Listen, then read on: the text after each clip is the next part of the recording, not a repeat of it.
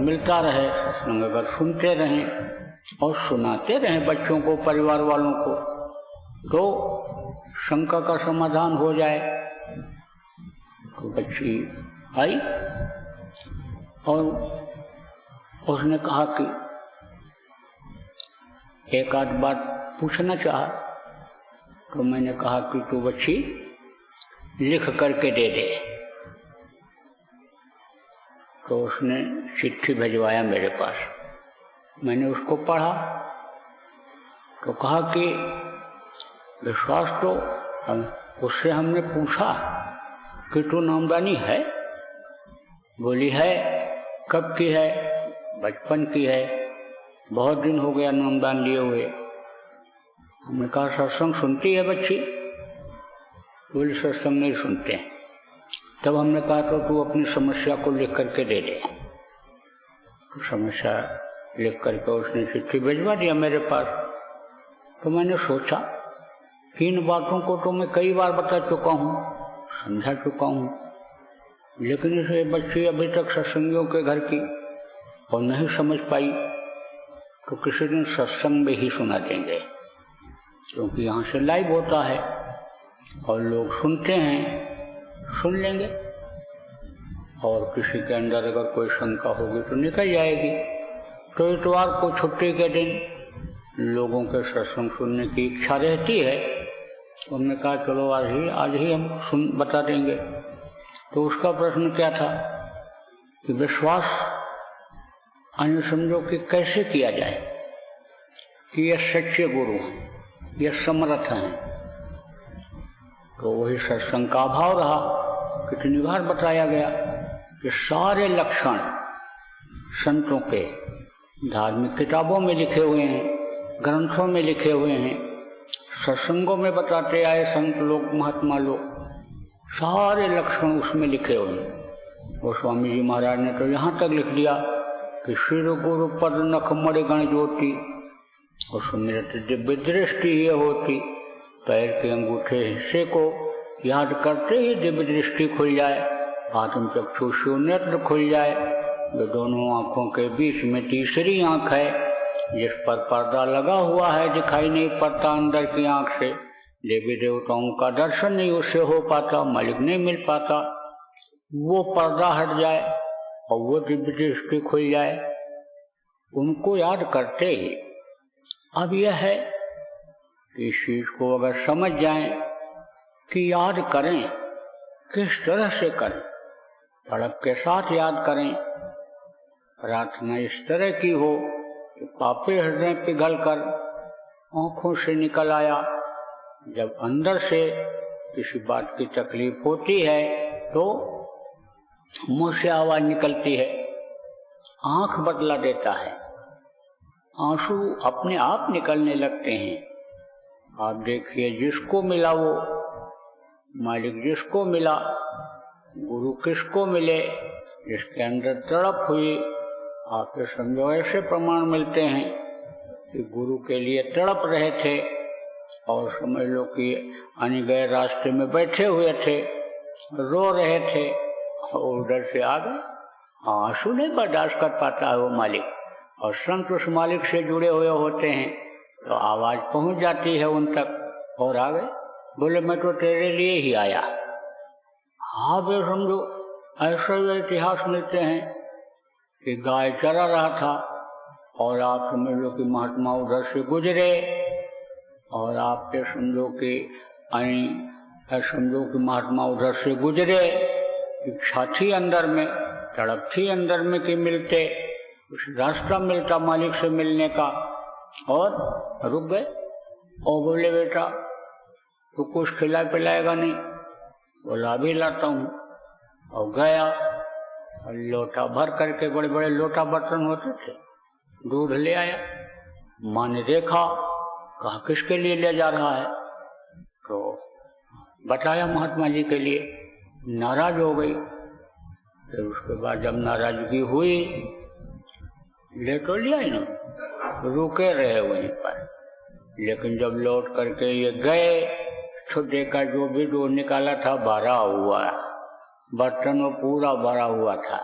जो नीचे गिर गया था, खाली हो गया था निकालने में, ऐसे उड़ेलने में, वो सब पूरा भरा का भरा जितना था उतना ही। माँ को भी आश्चर्य हुआ, दौड़ पड़े और दौड़ पड़े तो जब कहा कि अब आप पर विश्वास हो गया।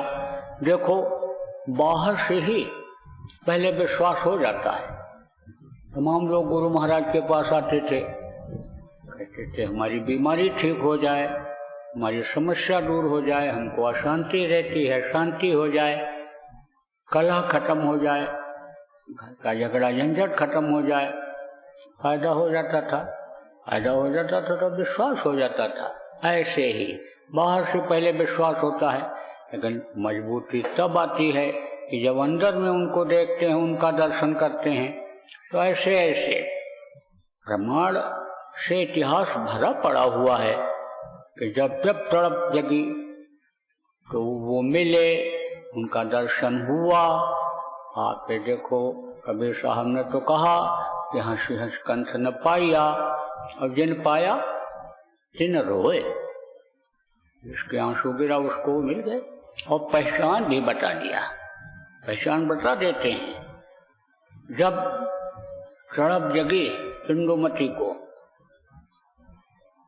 कि कुछ हासिल किया जाए, रास्ता जो दिया है गुरु ने, उस रास्ते पर चला जाए, ध्यान लगाया जाए।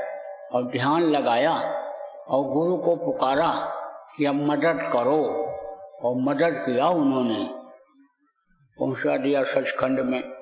देखा बैठे हुए हैं, यही सब कुछ हैं। तब चरणों पर गिर पड़ी और बोली, अगर आप हमको बता दिए होते कि मैं ही सब कुछ हूँ तो मुझको इतनी मेहनत क्यों करनी पड़ती। बोले तुझको विश्वास न होता। ये चीज अगर मैं दे देता पल भर में, जल्दी तुझको विश्वास न होता। और ये चीज अस्थाई नहीं रहती, क्योंकि तू मेहनत नहीं करती, बार बार मेरे से कहती दया कर दो इसी चीज के लिए। लेकिन अब तूने ये जलवा जो देखा, अब तुझको विश्वास हो गया। तो आप समझो बात को कि अन्य पहचान हो जाती है। अब आप समझो प्रेमियों, उसने इस बात को भी लिखा चिट्ठी में बच्ची ने कि जय गुरुदेव नाम ही क्यों जगाया गुरु महाराज ने, और दूसरा नाम क्यों नहीं जगाया। ऐसा है कि समय समय पर नाम बदलते रहते हैं।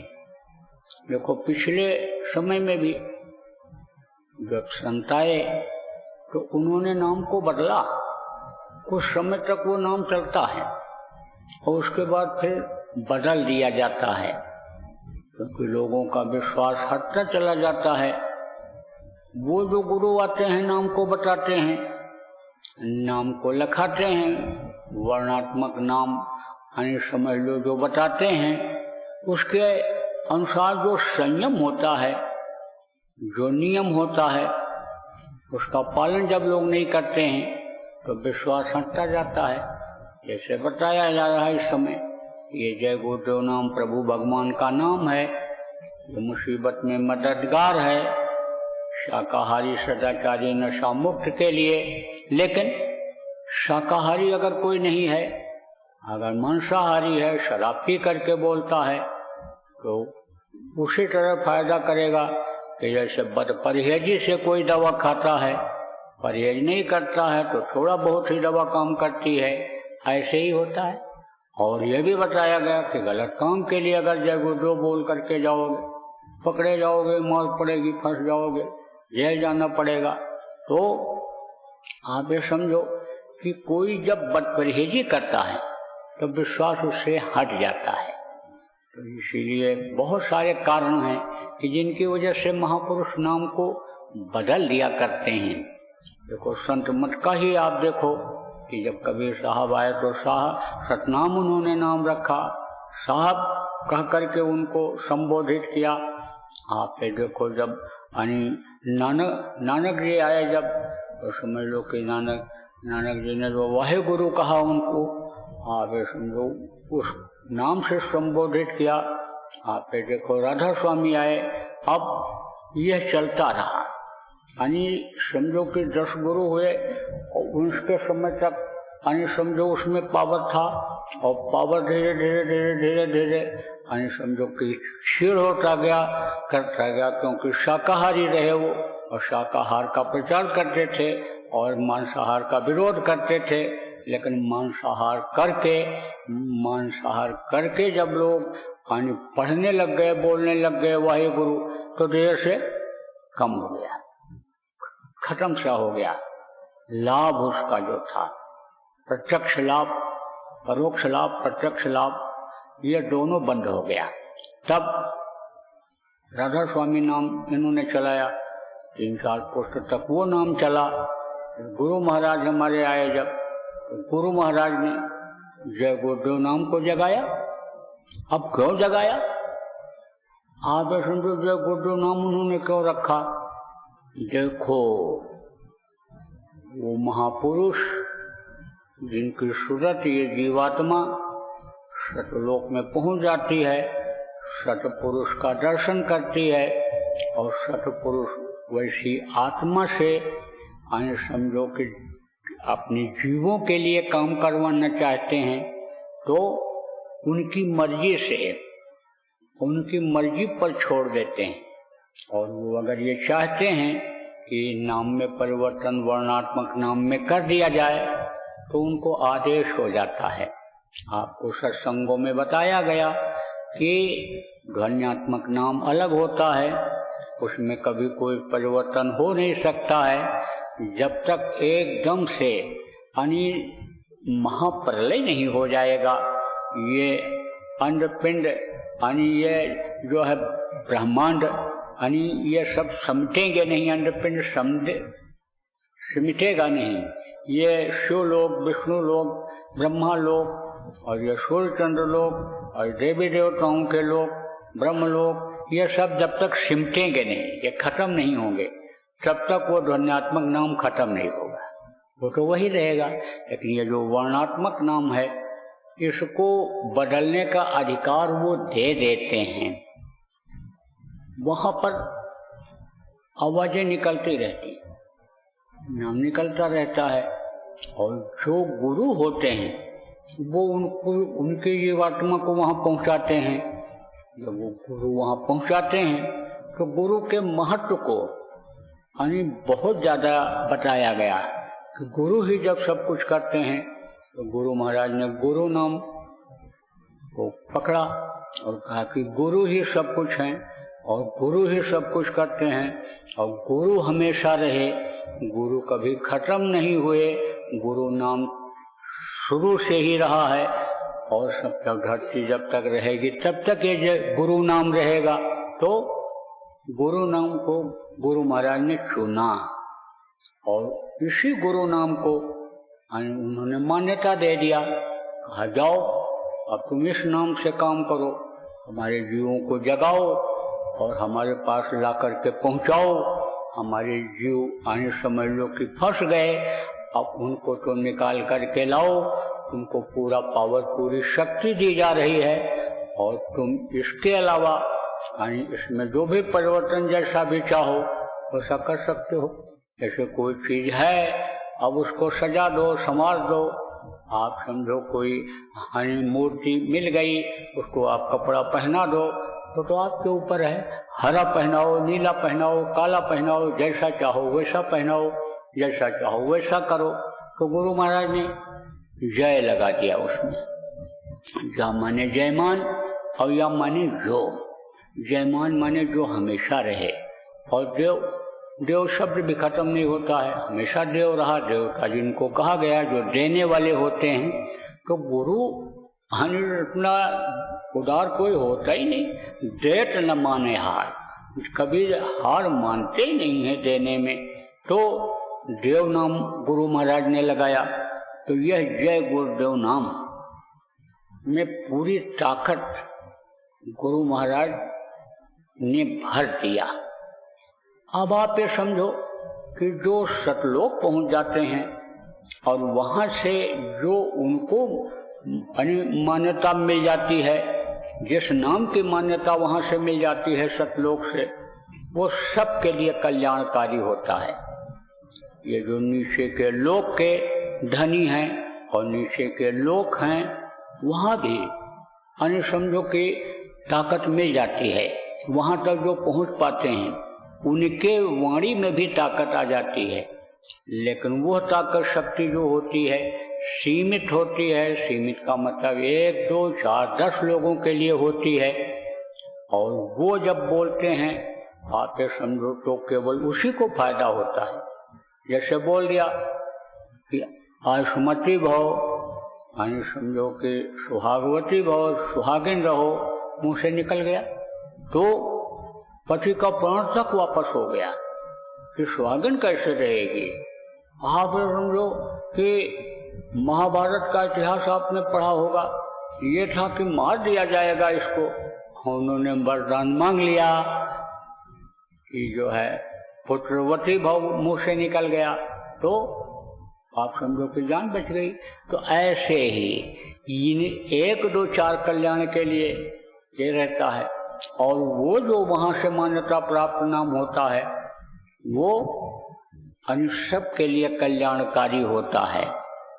आप ये समझो, कहा गोस्वामी जी महाराज ने, नाम रहा संतन आधीना, और संत बिना कोई नाम न चीना। नाम संत के अधीन बताया उन्होंने। वो जो मुँह से बोल रहे 1, 2 के लिए, 4 के लिए, तो वही फायदेमंद हो जाता है, उसी में ताकत आ जाती है। लेकिन सब के लिए जब होने को होता है, फायदे की चीज जो होती है, तो आप ये समझो कि उसको मान्यता वहीं से मिल जाती है। तो ये जो गुरु रहे हैं पिछले युगों में और आगे वाले युग में रहेंगे, तो कलयुग में गुरु महाराज ने इसी जय गुरुदेव नाम को चुना, गुरु नाम को ही चुना, जो आने वाले सतयुग में भी रहेगा, क्योंकि कलयुग में ही सतयुग आने की बात मिलती है। और फिर कलयुग आएगा, उसमें भी ये नाम रहेगा। फिर अन्य समझो कि कब खत्म होगा, जब उनकी मौज होगी तब खत्म होगा। फिर कोई दूसरा जब संत आएगा, उतनी योग्यता का आएगा, वो जगाएगा, या कोई अवतारिक शक्तियां आएंगी और वो नाम को जगाएंगी, उस नाम में मान्यता देंगी। तो उस नाम की मान्यता होगी तो का नाम रहा संतन अधीन। ऐसा भी देखा गया कि संत ने एक व्यक्ति के लिए बता दिया और उसी में ताकत भर दिया। एक महात्मा जी थे, तो महात्मा जी आप ये समझ लो कि कुटिया बना करके रहते थे, जीवों के लिए काम करते थे, समझाते बताते, नामदान देते। तो कहते हैं प्रतिभा छिपी नहीं रहती है, हीरा कहीं भी रहेगा, चमकता रहेगा। तो खबर राजा तक पहुंच गई, वो सिद्ध महात्मा है, पहुंचे हुए हैं। तो राजा गया, महात्मा जी सत्संग करने के लिए बाहर जा रहे थे। उस समय घोड़े की सवारियां होती थी, घोड़े पर बैठ करके जाते थे, घोड़े पर, हाथी पर, ऊंट पर, यही सब सवारियां होती थी, बग्घी चलती थी। तो तैयारी बिल्कुल हो गई थी, घोड़े बिल्कुल सजे हुए थे। तब यह राजा पहुंचा, लोगों ने कहा राजा आ गया, राजा आ गया। तो महात्मा के यहाँ तो राजा रंग सब एक समान, आत्माएं सब एक हैं, लेकिन शरीर को सम्मान देते हैं। शरीर को सम्मान देना भी समझ लो कि लाजमी होता है। छोटे रहते हैं, अपने को छोटा महसूस करते हैं, महान नहीं मानते हैं। और जो अपने को छोटा मानता है वही बड़ा हो जाता है। बच्चा छोटा होता है, किसी का भी बच्चा हो, जानवरों का भी बच्चा हो, उसको बड़े बड़े लोग ऐसे गोदी में उठा लेते हैं। ऐसे स्वागत किया, बैठाया, आप उनको पानी पट्टा पिलाओ। बोले महाराज आप कहीं जा रहे हो? कहाँ जा रहा हूँ, हमारा कार्यक्रम लगा हुआ है दूसरी जगह। तो कहा मैं तो बड़ी आशा से आया हूँ आपके पास, हमको आप उपदेश दे दीजिए, कुछ बता दीजिए हमको। तब उन्होंने कहा भाई इतना जल्दी नहीं हो सकता है, जैसे बहुत से लोग हमारे पास ही खबर भेजते हैं, कहते बाबा जी से कह दो ऑनलाइन नामदान दे दें, टेलीफोन से नामदान दे दें, टीवी में नामदान दे दें। तो नामदान ये देने वाली ऐसी चीज नहीं है। इसी को पाने के लिए देखो बड़ी मेहनत लोगों को करनी पड़ती थी, एक जन्म बिता देना पड़ता था, अब तब मिलता था। तो नामदान जैसा मैंने बताया कि बच्चों को लोग दिला देते हैं, बहू को दिला देते हैं, लेकिन वो समझ नहीं पाते, बच्चे समझ नहीं पाते हैं तो कुछ करते नहीं हैं और शंका बराबर बनी रहती है। इसलिए अन्य ऐसे नामदान नहीं दिया जाता है। देखो नामदान जान लेने से नहीं होता है, कर्मों का चक्कर होता है, गंदगी अंदर रहती है, जब तक वो धुलती नहीं है तब तक नामदान असर नहीं करता है।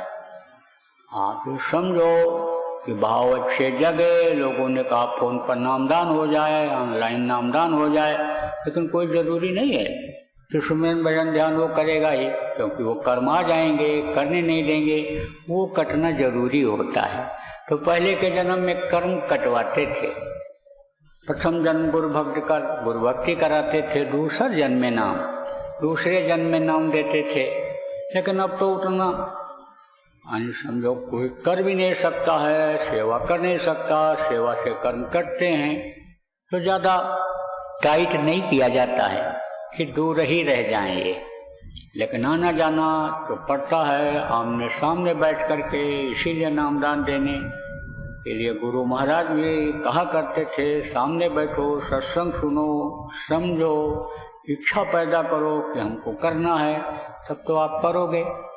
तो उन्होंने कहा भाई इतना जल्दी नहीं हो सकता है। राजा बोला कि हम बड़ी आशा लेकर के आए हैं, बहुत दूर से आए हैं और हम ऐसे वापस नहीं जाना चाहते हैं, तो हमको आप बता दीजिए। महाराज उन्होंने कहा भाई इस समय नहीं हो सकता। बोला कुछ भी बता दीजिए, हमको संतोष हो जाएगा, संतुष्टि हो जाएगी, हमारी मेहनत सार्थक हो जाएगी। बोला अच्छा राजा, मैं जब उधर से आऊंगा तो तेरे यहाँ हो करके आऊंगा, तो मैं तुझको सब समझा दूंगा, सब। लेकिन तू जा, तब तक के लिए राम नाम जपना। और न कह करके चले गए।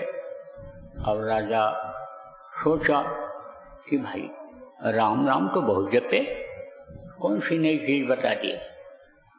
अब कोई चीज झटके में बता दो तो नए आदमी को जल्दी विश्वास नहीं होता है, और अगर आराम से समझा दो तो विश्वास हो जाता है।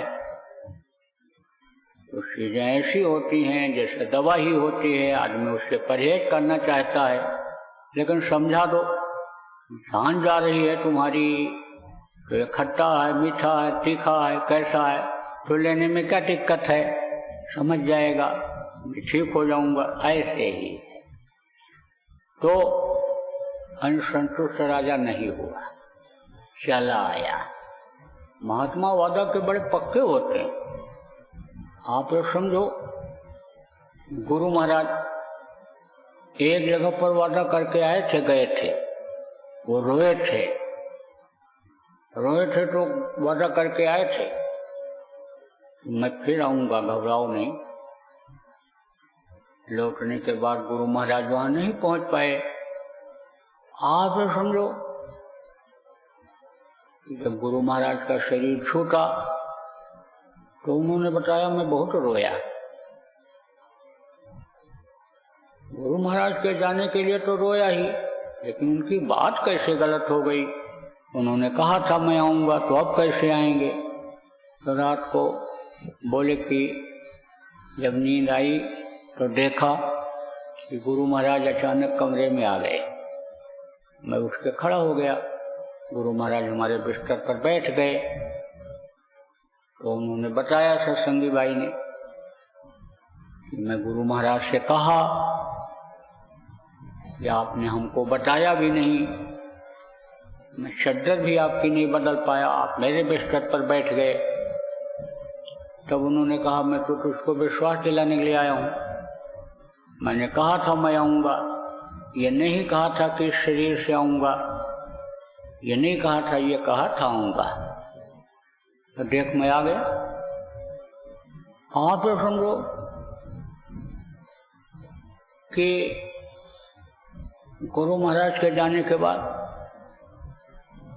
बहुत से लोग ये आशा बनाए हुए थे गुरु महाराज हमारे यहाँ आएंगे, और कोई प्रेमी पहुंच गया, हम लोग चले गए तो बहुत संतुष्ट हो गए, संतुष्टि हो गई। मन में संतुष्टि जब नहीं रहती तो आदमी को शंका बनी रहती है, खींच रहती है, और संतुष्ट हो जाए, जैसे कोई भूखा है, अब भूखे को चाहे पूरी मिल जाए, चाहे मिठाई मिल जाए, चाहे पुआ मिल जाए, चाहे सूखी रोटी मिल जाए, तो भूख मिट जाती है, इच्छा की तृप्ति हो जाती है, फिर चिंता खत्म हो जाती है। ऐसे ही होता है। तो महात्मा वादा के पक्के थे, पहुंचे राजा के यहाँ। राजा उठा और प्रणाम किया गया। महात्मा ने परमात्मा से कहा महाराज चलिए बैठिए। बोले देख राजा, मैंने अपना वादा निभाया है। मैंने कहा था कि मैं तेरे यहाँ जरूर आऊँगा जब उधर से लौटूंगा। मैं आ गया। और ये बता कि तुझको जो बताया था तो उसको किया? उसने कहा क्या करें महाराज, आपने बताया था राम नाम जपना, तो मैं तो बहुत राम नाम जपा, कहाँ शांति मिली, कहाँ सुकून मिला। महात्मा ने सिपाही से कहा जो खड़ा हुआ था उन्हें, कहा हथकड़ी ले आओ और राजा को कैद कर लो, लगा दो उनके हाथ में हथकड़ी। सिपाही राजा का मुंह देखे, महात्मा का मुंह देखे, खड़ा नहीं गया। फिर कहा तू सुनता नहीं, मैं कहता हूँ हथकड़ी ले आ, राजा के हाथ में लगा दे, बंधक बना ले इनको। कुछ नहीं। फिर कहा अरे ले आ हथकड़ी। तब राजा ने सोचा कहीं ऐसा ना हो कि हमको कैद करके ये डाल दें, खुद गद्दी पर बैठ जाएं। तब राजा ने कहा अरे सिपाही क्या देख रहा है, ले हथकड़ी, ले आ हथकड़ी। महात्मा के हाथ में बांध करके इनको कैद कर ले,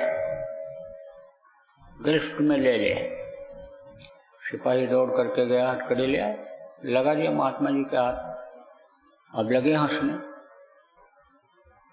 कोई मुसीबत में पड़ जाता है, रोता है, चिंता करता, फिक्र करता है, बंधक बनाया जाता तो फिक्र करता है, और वो हंस रहे हैं। तब राजा ने पूछा महाराज मैं ये सब कुछ समझ नहीं पाया, आपने कहा था जब आऊँगा तो समझा दूंगा, तो ये सब क्या हो रहा है, आप तो समझाइए। महात्मा जी ने कहा देख राजा, वही बात मैं सिपाही से बोला तो सिपाही एक इंच भी नहीं खिसका अपनी जगह से, और वही बात हथकड़ी वाली जब आपने कही तो दौड़ करके लाया, मुझे हथकड़ी लगा दिया। तो मेरी बातों में पावर नहीं था और आपकी बातों में पावर था। आप राजा हैं, राजा का ये सिपाही है, आपके अधिकार में है, इसलिए जिस चीज को पावर दे दी जाती है उसी से फायदा होने लगता है। तो यह पावर किसको होती है?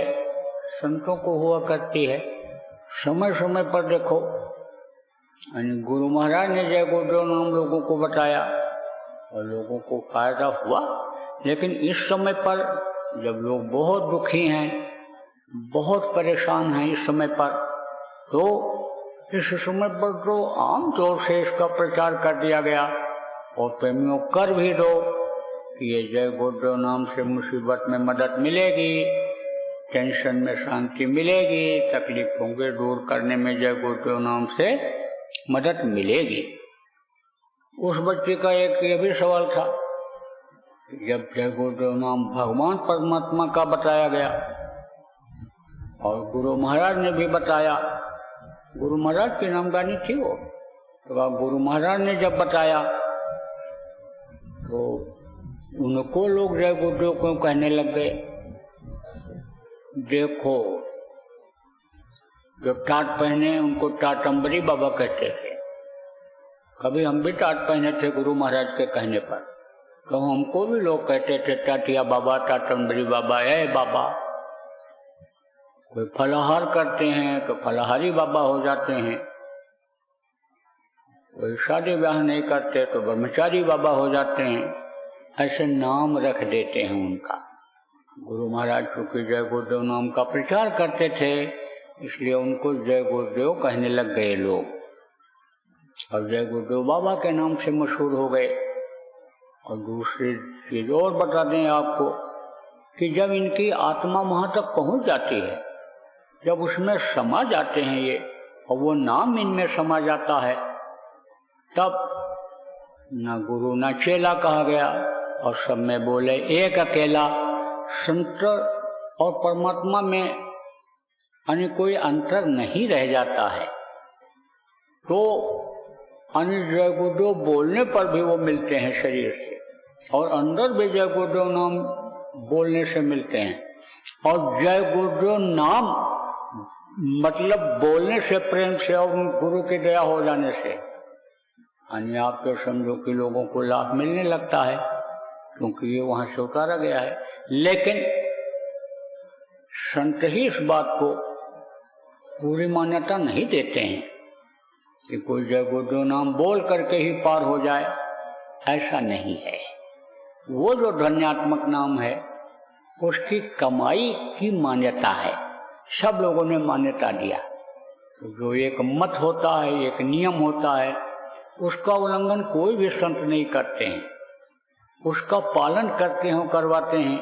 यहाँ तक कि इस शरीर में आने समझो कि संत जब आते हैं इस मृतलोक में, तो काल भगवान का ये देश है, काल भगवान के नियम का पूरा पालन करते हैं।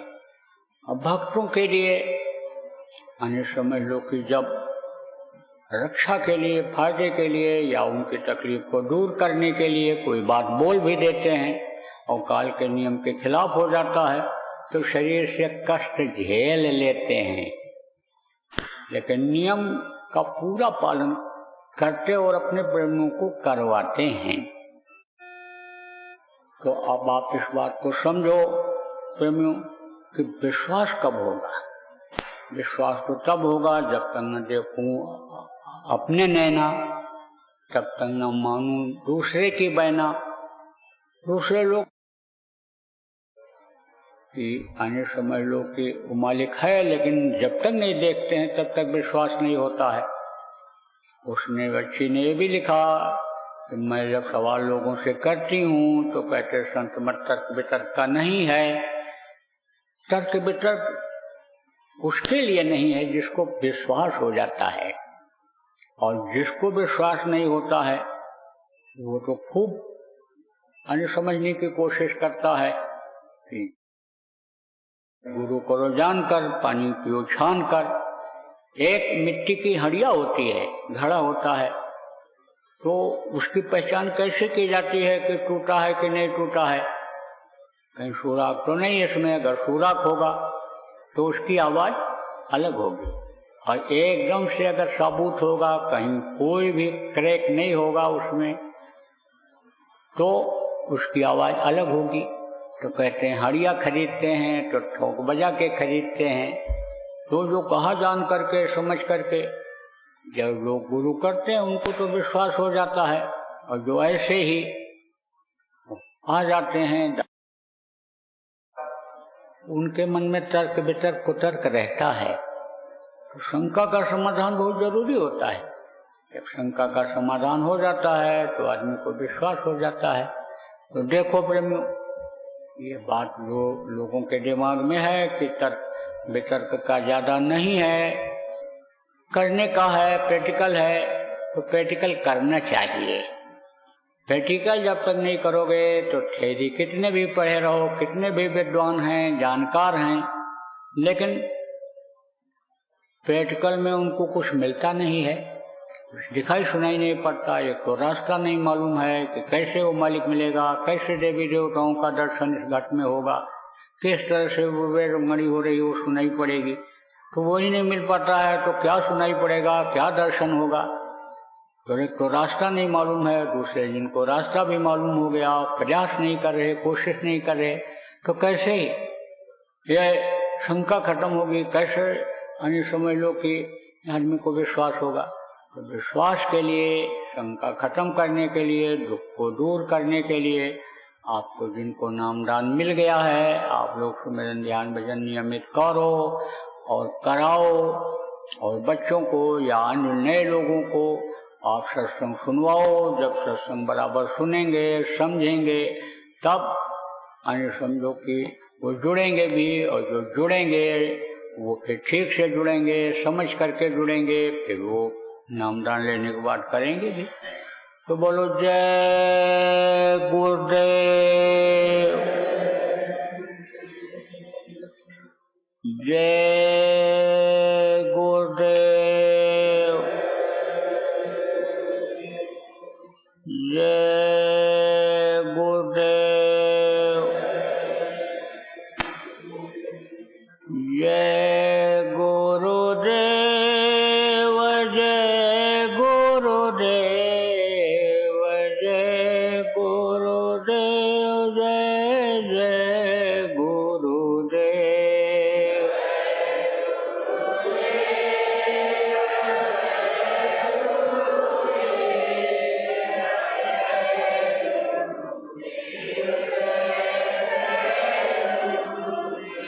जय गुरुदेव, जय गुरुदेव, जय गुरुदेव, जय जय गुरुदेव।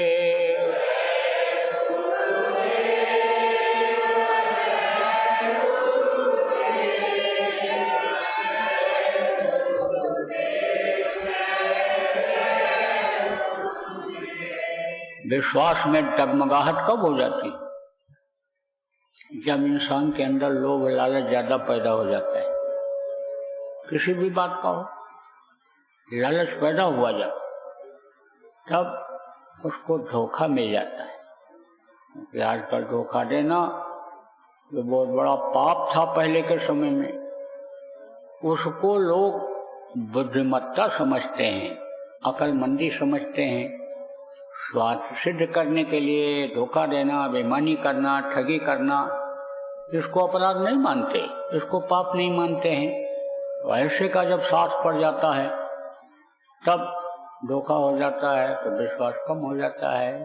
इसीलिए कहा जाता है कि किसी के बहकावे में मत आओ, कोई कुछ कहे तो सोचो समझो, बुद्धि का प्रयोग करो। मन को तो लुभावनी बातों को बता देगा, मन को लोभ लालच दिला देगा किसी भी चीज की। आप पे समझो जब लालच पैदा हो जाएगा मन को, तो शरीर उसी तरह से काम करेगा, शरीर उसी के हवाले हो जाएगा, दिल दिमाग बुद्धि उसी के हवाले हो जाएगी। तो जब उसके हवाले हो जाएगी और धोखा मिलेगा धन से, शरीर से, यानी समझो दोनों तरह से, कहीं से किसी भी लोभ लालच की वजह से धोखा मिलेगा, तो भी विश्वास में कमी आ जाएगी। इसीलिए सोचना चाहिए। मन जो कहे, इच्छा पैदा करेगा मन, और शरीर वो काम कराएगा, शरीर वो काम करेगा, मन कराएगा। लेकिन उसी समय बुद्धि लगाना चाहिए, विवेक लगाना चाहिए कि कहीं हमारी जो ये लक्ष्मण रेखा खींची हुई है, ये जो मर्यादा है समाज की, उसका उल्लंघन तो नहीं हो रहा है। और अगर उल्लंघन हो जाएगा, लक्ष्मण रेखा के आगे चले जाओगे तो सीताहरण हो जाएगा। जैसे जैसे आप देखते हो चौराहों पर लाल लाइट लगी रहती है कि रुक जाओ, और आप नहीं रुके, आगे गाड़ी लेकर चले गए, तो चालान तो होना ही होना है। इसीलिए बहुत ही इस वक्त पर सजग रहने की जरूरत है। बच्चों और बच्चियों को भी सजग रखने की जरूरत है। लोभ लालच में अगर किसी भी तरह के आओगे, बच्चे बच्चियों, अगर लोभ लालच आप में कोई पैदा करेगा और उसके कहने में बहकावे में चले जाओगे तो फिर धोखा ही धोखा मिलेगा, शंका ही शंका जीवन में रह जाएगी। कितने भी आम नामदानी हो, कितने भी आप सत्संगी परिवार के हो, लेकिन धोखा ही धोखा रह जाएगा, रोना ही रोना हो जाएगा। इसलिए इन चीजों का ध्यान रखना। बोलो जय गुरुदेव।